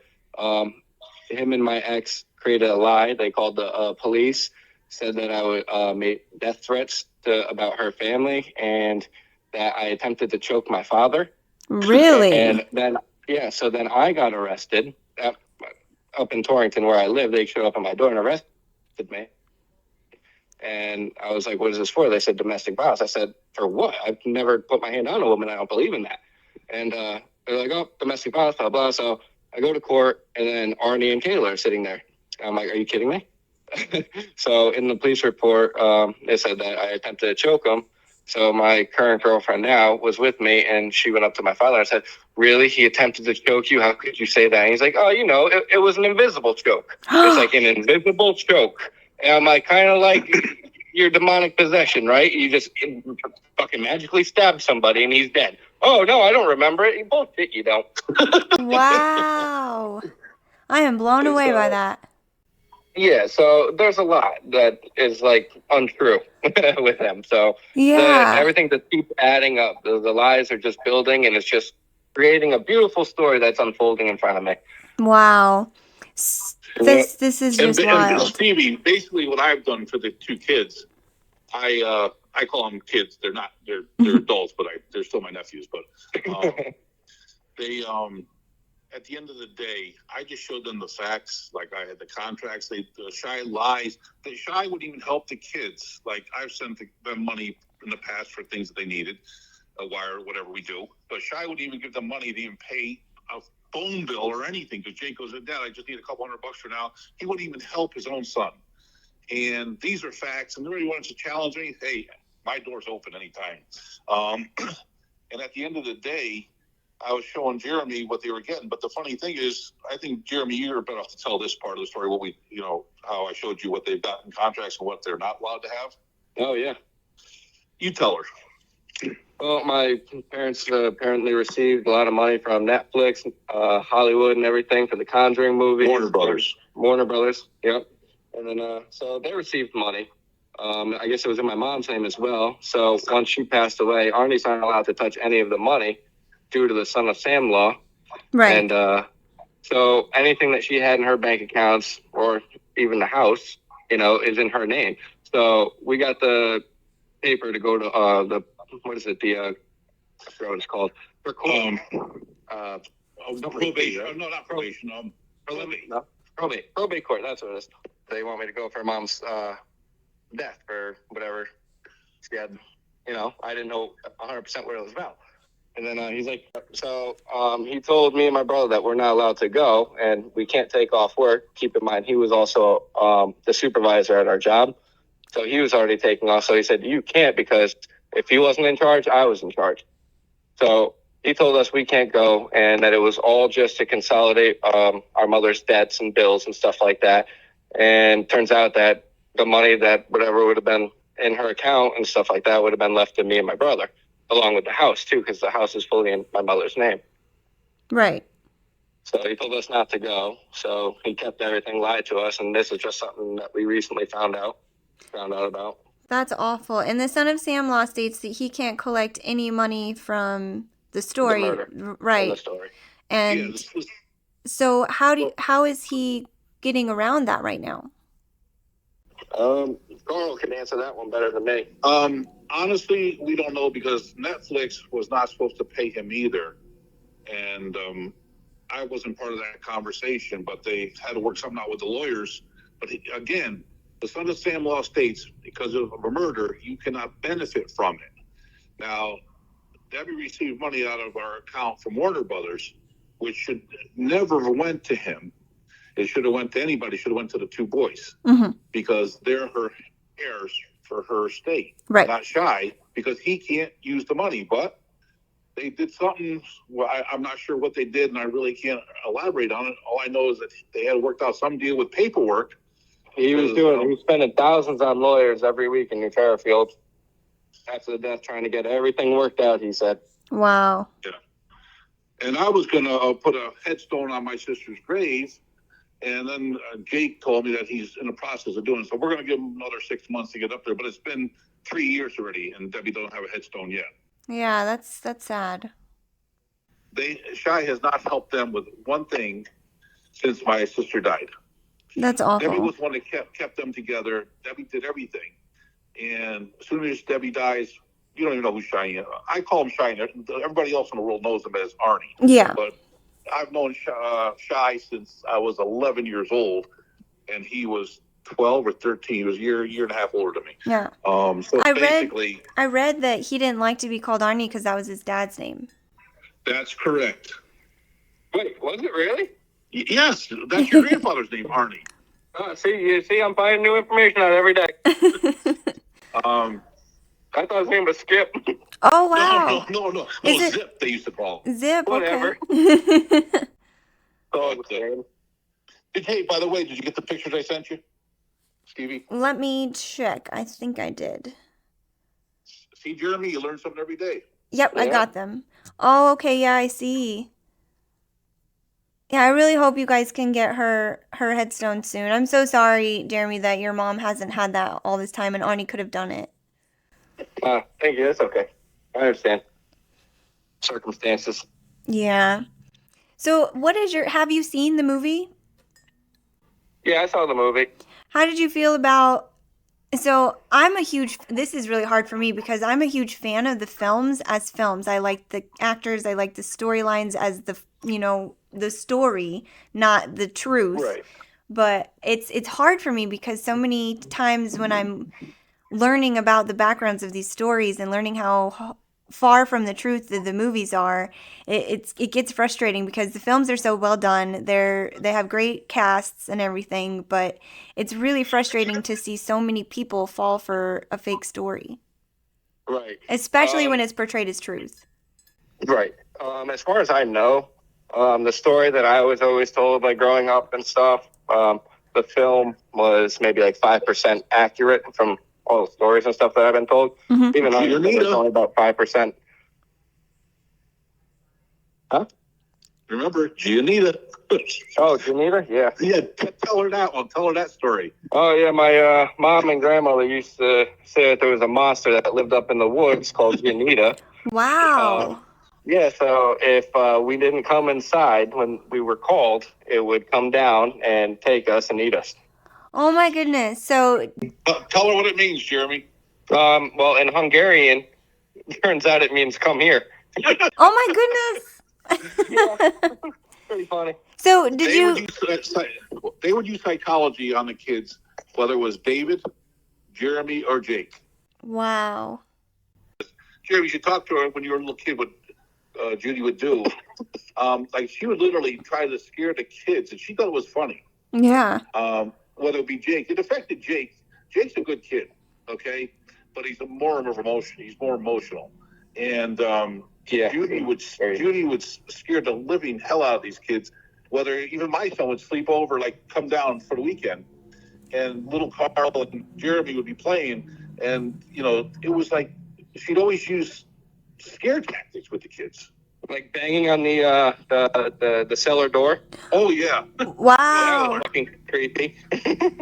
I know where she learned some of that from. So Ed Warren taught her all about hauntings. Yeah. But people don't realize this. This is what my mother used to do. The little kids always got the hell scared out of them. And Judy loved it. She thought it was quite funny. But I'll tell you, the old lady, though, she was quite funny when you go up to, what's that, rectory? Jeremy, did you go up with her to get candles? Oh, yeah. Yeah. The blue candles? Yes. Yeah. The old lady walk up there with a cane, and next thing you see her carrying a box of, or 2 boxes of candles. 2-3 boxes of candles. Yep. Wow. I'm like, what are you doing? She goes, I lost $1. I'm like, you're stealing them. Oh, well, my goodness. Oh, my goodness. I remember that. Yeah. Oh, man. That's great. Yeah, but there's so many stories that we could just go on and on. It's like, Stevie, just all kidding aside, how do you think that makes Jeremy? This is the house he grew up in. Well, besides ours. And this is what he grew up in. And then all of a sudden, one day you come home, and next thing you know, locks are changed. You can't come in, but your girlfriend can stay there. Yeah, that's horrible. That would break my heart. Again, there's no remorse. This is the same thing that goes back to the Alan Bono days when he stabbed the guy to death. And everybody's like, well, the demon made him do it. No, the demon didn't do it. Merlot did. Yeah. And it's just ludicrous to sit here and believe this on top of this. And then my mother told the Brookfield police, because I saw it on the paper, on the police report, you're not allowed to speak to Carl Glatzel Jr. And when the whole trial was going on, everybody always asked me, well, where were you? Well, when I was a kid, I really didn't care about this stuff. And then, as I mentioned earlier, they gave me $100 one day when they were going to trial. Says, you don't have to go to school today. Skip, have fun, take one of your friends with you, go wherever you want. So I took off for the day with my truck and had fun. Because if they only had me on the trial or the stand, Shy would probably be getting out today or tomorrow. That's about 30 years. Because the stories that are behind what I have is factual. I have the facts to back up everything, like I did with Netflix. Mm-hmm. Whether Netflix choose to use everything or not, that was their prerogative. And I also have some other items I have copies of that I will show you soon as I dig them back out about how all the money situation worked. Yeah. Let somebody question that because it's right there in black and white. Right. So, they want to do their paragons and all this and try to make them famous. Mm-hmm. His 15 minutes is over. Actually, Shy's 15 minutes was back in 81 when he stabbed the guy, and that was then. It's just, if you're guilty, that's one thing. If you're innocent, that's another. Right. But when you still go around telling people to this day you're going to effing kill them, Mm-hmm. well, I have a funny feeling the devil didn't leave you. I was just going to say, Carl, because when you get possessed, don't they claim that you need to be, exercised? You need an exorcist? Yes, So and if he went to prison and never got, exercised or anything like that, how come he's not possessed no longer? What, it just stopped? It just ends? correct, Well, no, yes. The devil didn't want to stay in jail. Yeah. So, Jeremy, I don't know if you're aware of this or not, but the last time I saw Arnie on an interview with Tony, they were doing a little live with another fake priest that they like to mess with, and they had somebody ask. Sorry, I just had a brain fart. They had somebody ask Arnie if you. So that's what it was. They said, if you were possessed then when you committed the murder, how come you're no longer possessed? Did you have an exorcism? And he would say, no, I'm just better now, or no, or he would evade the question. I've seen him completely evade the question because it's been asked a couple times. And he acts like he didn't need an exorcism. He's just better now. And if we're going to go by the laws of demonic possession, you are still possessed then, sir. Well, I think what happened was he's better now because he laid off the heavy alcohol, just goes to wine now. Mm. It's all wine spirits for a reason, right? Yeah, I know, right? There was also speculation that he was drunk during that video. A lot of people asked what was wrong with him, and then some people that don't believe the story speculated he was just drunk. I'm not going to say nothing. I'll let Jeremy answer that. I mean, his mom. tends Tell to him drink. about your mom and dad. They drank bottles after bottles of wine nightly. This was nightly. Wow. It'd be like either a full bottle or 2 bottles of like the 750 big bottles of wine. Just How often did nights benders like that end badly for them or for you? How often did you experience bad and adverse reactions to them drinking? it depends. More so at the end, it was more bad. Okay. Like toward the end of my mom's life and stuff. Mm-hmm. So yeah, they would drink if bills would come up. Arnie would get angry, and if we were around, like sometimes if I just walked out of my room, he'd be like, "I should fucking kill you." It's like, why? What the fuck I do? Wow. All I do is open my door and walk out. I'm like, good to see you too. What a thing And to then, say. Jeremy was the youngest out of everybody. Mm-hmm. Out of the 2 kids. I just have I'm more interested to see what people's take's going to be on this when this does air, to see people's opinion. What are they going to question his own son now, saying, "Oh, you're making this up now"? It's like, come on, the proof's right there. You go over there and probably look in the window and see his ex-girlfriend sitting on the couch with him. You know what I'm saying? Jeremy didn't like this no more than anybody else. But, how do you think that makes... That's his family. Yeah, I mean, there was also, I remember a time when my mom and father were drinking pretty heavily. My mom was upset with my dad, so she gave him like a little smack across the face, and then he got mad and said, "How do you like it?" And went whack, whack, whack, whack right against her face and knocked her out of the bed. And then I came over, I was like, "Well, what are you doing? Don't put your hands on her." Like, I didn't know what to do in that situation either, because I was like, it's my mom, I want to protect her, and I was like, it's my father too at the same time. Yeah. So I did just after that it ended. Mom slept on the couch for like mostly the end of her days, like for the past couple of years. And Arnie would, go to sleep and then apologize in the morning. Say, "Oh, I'm sorry. I love you, right?" Yeah, that's the cycle of abuse, unfortunately. It is. And this is what people don't know. Yep. Yeah, that says a lot too towards Arnie's character for him to be, prone to abuse like that. Well, that's what I'm saying, because me and Jake were always raised to never put your hand on a woman and never stand for it if you were to see it. And as far as I'm concerned, I've never done it in my life. And I was shocked when I saw him do it. I was like, has he always done this and just never said anything? Or was this just a fluke? Yeah. But who knows? I don't. Yeah. And a lot of the time, unfortunately, an abuser will use that notion of it being a one-time thing, a one-off thing, to gain the forgiveness of the people they hurt. Yeah, but this is also coming from somebody who also, murdered somebody, apparently. Exactly. So that makes it very cloudy. Yeah. One thing I will tell you, when Shy was in prison, when they used to call, my sister was basically a typical person, like when you're obsessed with somebody in jail, you got to make sure they have everything. You got to be there for every phone call, or you get badgered. Mm-hmm. This is what went on the whole time. The people don't know. And, I just can't believe, like I said, when Debbie died, Debbie and I used to talk pretty much. It was weird. We didn't talk for a while. Then we started talking like 2-3 times a week. And then towards the end, when my father died and Alan and Debbie took the will, I said, "Debbie, why would you do this?" I said, "I was going to give you guys more than they left you just because I told Daddy I was going to do that." And I said, "You're going to steal from me again?" And she sat on the porch or on her front porch with her glass of wine. I had to drive all the way back up there. They crumbled the will up. Alan and her went to the court and tried to contest it. But my father was smart. He sent, and I'll probably send you this paperwork so you have it for documentation. Okay. My father left Debbie and Alan $2.23 split evenly, meaning that one of them will have 1 penny more than the other. Because over the years, and Jeremy can tell you this too, my dad used to give her money for horses, for cars, and they never paid back. And when they needed help, my father would always help them.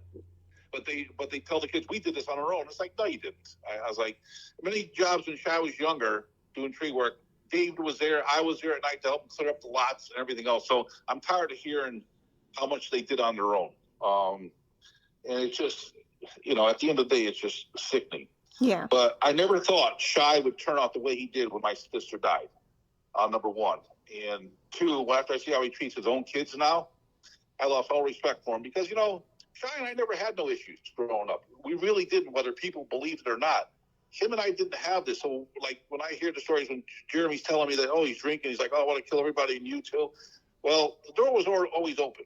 And if you tried it, you probably would be 6 feet under today. But the point is, he never did. So he said out of anger or whatever. But my sister, we knew Debbie used to get hit by him. My mother and father both knew this. And it's just weird just that he has to do this in front of his own kids. That's the point I'm trying to make. Yeah. These kids didn't need to see this. They saw enough growing up. Do you know? Only I saw that. Jake didn't. Jake wasn't there. No, I'm saying different things that you kids had to endure. Right. Like I said, you could just tell. How do I explain it? You could tell with people in a relationship and the controlling. Mm-hmm. I call it Napoleon syndrome. Both his kids are bigger than he is. Mm-hmm. Now his father is small like him. And it's just, that's why you call it Napoleon syndrome. I think Shy hates it because he does look like a lot like his father. And his father was a good guy. Believe it or not, for me to, let me phrase this for the kids. Oh, the kids were always told that your grandfather's no good. He's nothing. Mm-hmm. But he was a good guy. And, you understand, I knew his father since 1975. I got a picture when I used to live at the apartments before Debbie and Shai got involved. Debbie met Shai when he was 12, when he moved down from Bridgeport to move to Bethel to go to school. And I used to go over there as a kid, and I was 10 or 11 years old. And I got pictures, again, to back up everything I'm saying. It's funny as hell, but we have them. So for Debbie to make a stupid mistake like that, and the father catches them, and then he does it 40 years later to his own son, that's somebody that has no respect for anybody. Right. And all I can say is, if I can guarantee you, if he starts hitting his new girlfriend, you'll probably see Arnie in jail again. Yeah, it seems like it's a possibility, and I really hope that it gets addressed if he does, and that someone makes a report. I'm more worried about my kids with that. Yeah, I would be too, for them to be around that. Like, I don't care if he's with my ex, whatever. He wants that, that's fine. It's the kids that... The kids are the ones who pay the price. Just like me, so... Yeah. I'm starting to even question, is she even mine at this point? Because it's like, how long has that been going on for? Wow. That's heartbreaking for you to even think about. I'm very sorry for that.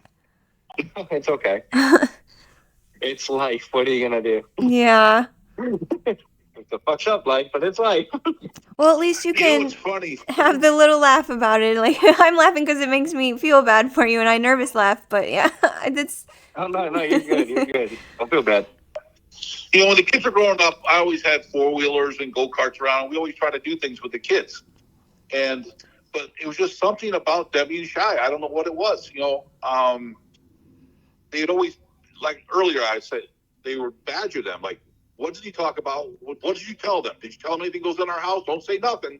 It's like, no, he doesn't talk. He doesn't even ask us. I took, like, my son and Jeremy are a year apart, so I used to take them on the four-wheelers and stuff like that. And just do things like a normal person would do. Take the kids out and have fun. Arnie sounds like he's a little paranoid then. Yeah, just a tad. I was like, what is he really trying to hide that we didn't know about as kids? Yeah. Or what secrets didn't he want us to say or slip up and say? Right. But as far as the kids, that's why I want to get Jeremy on here so he can tell his side of what's going on. Because I just think it's fair that the American public should know before they go to another Halloween Paragon and see Arne Johnson there with his hat on backwards, thinking he's a 20-year-old kid and he's 64 and he's 5'5", and he's like, he better wear his big tall shoes when he goes. He looks taller. I also think it's important that the audience and everyone who is into the paranormal know that you have to remember there's so much more behind the scenes, and you can't take someone's story at face value anymore, especially when they're making money. Exactly. Believe me, I would love to go on a ghost hunt with people and do things. I'm not saying that good, and I want everybody to realize this. I'm not saying it does not exist. All I'm saying, it didn't exist at our house when they said it did. Right. And I say the same thing on my show. I'm a believer, but I am more after the truth. I don't like to be fooled. I don't like to be lied to. I don't like for someone to try and get one over on me. I'm going to let you know something else, too, while we're on the subject tonight. I had they're more acquaintances, so I'm going to say I'm not going to use their names. But I had a friend in school that used to come over to the house all the time, or he'd stay at the house or whatever. My mother had him convinced that if he didn't say his scapulars and he didn't say his rosaries, he wouldn't get into heaven. I'm going to just call him Simpleton at the moment, okay? I'm going to use that name. Okay.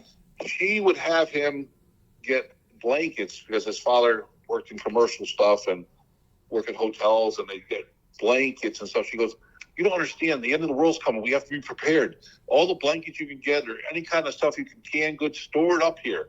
My mother filled a basement up on everybody's dime. I thought it was so disgusting. Wow. And she had all these blankets, and this kid fell for it. And he used to come over to the house and say rosaries with them. And I'm just sit there and think about things. And, I'm just going along with the flow. And everybody's there. I had a couple brothers there and stuff. And it's just sad to see how people are manipulated. Yeah. And gone through. Even one of my girlfriends were there, and she was Catholic too, just like us. We had a lot in common. And she fell for this, and, eventually, she sort of paid the ultimate price in the long run. But, she was a good person. But I felt bad because now that I got to read my mother's calendars that she used to use as a diary and see what she used to write on there about these people, I really feel bad for them. But, it's been so many years that I would never reach out, even try to say, hey, sorry what you went through, because it's worth it all that's written on, you know what I'm saying? Yeah. But I do feel sorry for people that had to go through this and been manipulated the way they were. Yeah, for sure. So, but yeah, there's a lot more to this story to meet the eye. So, whatever other documents you need from us, let me know. I'll supply them for you, and we'll go from there. For sure, I will definitely do that. And I wanted to thank you both, you too, Jeremy, for being on the show and talking about these things. I know it's not exactly fun to talk about. Yeah, no, it's okay. Thank you for having me. Wow, what eye-opening insight into the world of Arne Cheyenne Johnson. Shortly after I had this conversation with Jeremy and Carl contacted me again, this time with a recording. This was a recording of Jeremy and an encounter he recorded while visiting his dad, Arne Cheyenne Johnson, who has not only kicked him out, but who is now in a relationship with his son's ex-girlfriend and building a life with her while they leave Jeremy out in the cold, literally and metaphorically. I did have permission, and I did consider sharing these recordings with you all, but I ultimately decided it was not best to share these with the public and rather just explain what I heard. There were multiple people involved in these moments, and I just thought it best to do it this way instead. So, in the recording I heard, with Arne, his son, Jeremy, and Jeremy's ex-girlfriend, now Arnie's girlfriend, there was a lot of yelling and screaming and cursing. As Jeremy desperately tried to keep his cool, his dad treated the situation as if Jeremy was the one being dramatic and out of line. Arne has done to his own son what he did to his father years ago. Arne has absolutely no remorse for what he's put his son through by moving in on his now former girlfriend. And as for this woman, is she absolutely deranged to be with Arne after everything? According to speculation from people close to the situation, she thinks Arne has money because of his infamy. Absolutely terrible. So, as this progressively gets worse in pretty much real time, I get another recording sent to me from Carl. Here's where I introduce another of Arnie's sons, Jake. Remember my trigger warning at the beginning of this episode for domestic violence? It's time to heed that warning. I found this recording so difficult to listen to, I really struggled with whether or not to play it for you all as well, and again, I ultimately decided not to.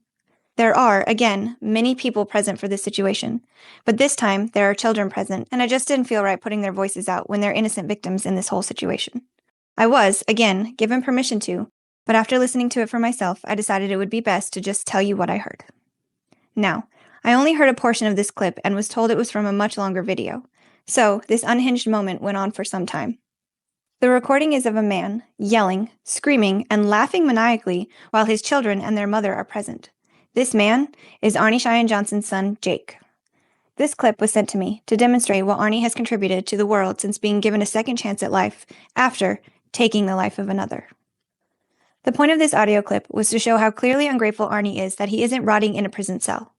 This man was sentenced to 10 to 20 years in prison and served 5. Upon his release, he had the freedom to go out into the world and make up for the wrong he committed. And, don't you think if he really believed that he had been demonically possessed, he'd feel even worse than the average person for taking someone else's life? Wouldn't you think he'd be doing everything he could to make sure he led a good, righteous life after allegedly surviving a demon? But instead, Arne has complete disregard for not only the life he took, but the lives he brought into this world. For me, this recording was an exhibit. A look into the lives of the people who have been writing on the story of demonic possession being the cause for unthinkable acts. This man, that murdered another man, that was allowed to continue living his life after only 5 years of being locked away for his crime, has brought children into this world and caused great turmoil in their lives. Jeremy is a victim of his father's selfishness and narcissism and complete disregard for any other living person in his life that doesn't directly benefit him. And then Jake. Jake has unfortunately been the victim of the cycle of domestic violence and abuse. Both Jake and Jeremy could tell you all about the life their father gave them. A life with abuse and manipulation and narcissism. And unfortunately, in so many situations, the cycle of abuse continues in people who suffer from it. Arne Cheyenne Johnson appears to be a reformed man. He tells his story of overcoming adversity in the form of demonic possession. He claims he lives a quiet, peaceful, seemingly happy life now. And his audience believes him. And before you say, I don't believe him, You'd be surprised at how many people do believe his story of demonic possession and actually feel sorry for him having suffered through that. What about the suffering of Alan Bono? His family? What about the suffering of those around Arnie who experienced his temper and abuse? What about the current suffering of his sons? One losing things important to him because of his father, and the other perpetuating behavior he learned from his father. And we didn't even get into Tony Spira and how he parades Arnie all over, reinforcing the idea that Arnie was in fact a victim of demonic possession. Tony even said at one point, people are psychologically evaluated before a trial to see if they're sane enough to stand trial. Then he follows it up with, quote, how can a sane person commit a murder? They can't. It's demonic possession. End quote. Really, Tony? That is your argument? I just can't. But that's enough about Tony. It's already too much knowing Tony not only supports Arnie's story, but exploits it any chance he gets. This episode took me over a year to write. With the research, the help from David Glatzel, and the continued storytelling of Arnie on platform after platform. This episode was a lot. It took a lot out of me, and it took a lot out of the people involved in helping to write it and present it to you all. I want to say thank you to David Glatzel for all his help with the research and first-hand accounts, and for all the receipts. You guys know how much I love receipts. And thank you to Jeremy for taking the time and having the strength to come on my show and share these things about his life and the man he calls Dad. And to Jake, I am so sorry your life was so negatively influenced by a man you should have been able to trust to take care of you, no matter what. I am truly sorry your father wasn't the man he was given a second chance to be. He wasted his second chance and yours at a good and loving family life. I am truly sorry. As for this episode and the story of Arne Cheyenne Johnson, I will end it here. Please remember how so many lives can be affected by a simple statement. The devil made me do it. Until next time.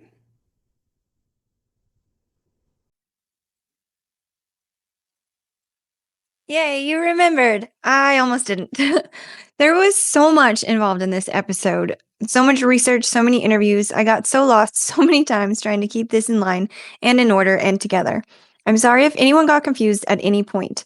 The main breakdown is a little boy, David, supposedly got possessed by an alleged haunted house that his sister, Debbie, and his sister's boyfriend, Arne Cheyenne Johnson, were intending to move into. David suffered a possession. Arne challenged the demons in David during that possession. 6 months later, Arne claims he became possessed, and that possession caused him to murder a man named Alan Bono, who also had a thing at one time with Arnie's girlfriend, Debbie. How's that? Any clearer? I didn't think so either. I tried. Okay, so amidst all this confusion in this episode, I sort of skimmed past a really important part. About 16 minutes in, I mentioned the importance of a psychiatric evaluation in situations like these. I mentioned that the Warrens brought their own doctor to evaluate David. Which is true, they did bring a real psychiatrist to evaluate him. However, you guys know by now that that's my favorite word to say on this show, right? So in my conversation with Carl, he told me something really shocking. Okay, Carl tells me a lot of shocking things, but this time it pertains to this subject of David being evaluated by a doctor and being deemed a normally mentally healthy child. But here's what you don't know. I'm going to throw in another clip from Carl so you all can hear what I heard too. Here's the clip.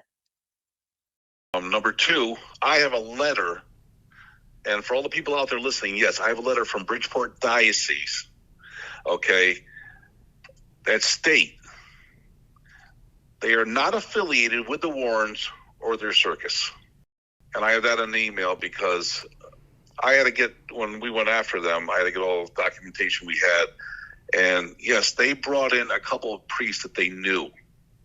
But that's all it was. And another thing, David's evaluation that thought he was possessed was by a friend of Ed, some doctor, Giovanni, whatever his name was, but it's something to do with Ed, a real psychiatrist. And here's the kicker.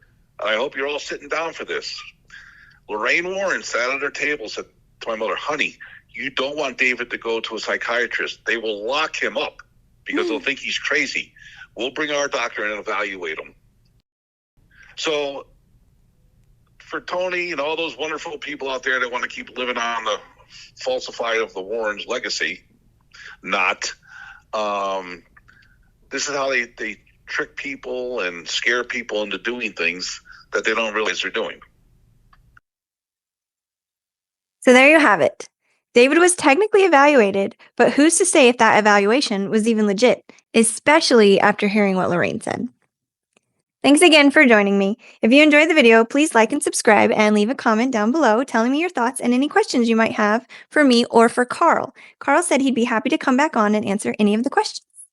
Also, if you haven't already heard, I am a co-host on a new show called Fear the Living Podcast. Chris, Kristen, Taryn, Victor, and I host a show that talks about anything and everything in the paranormal. From Annabelle to the Snedeker's appearance on Sally Jesse Raphael, which was really fun, by the way. So please go check that out here, and I will also link it in the description below.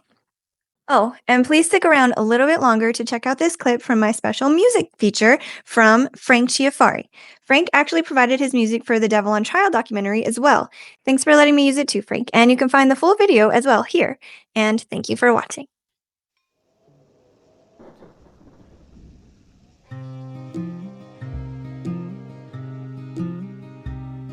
They came up from the floorboards, walked the empty halls.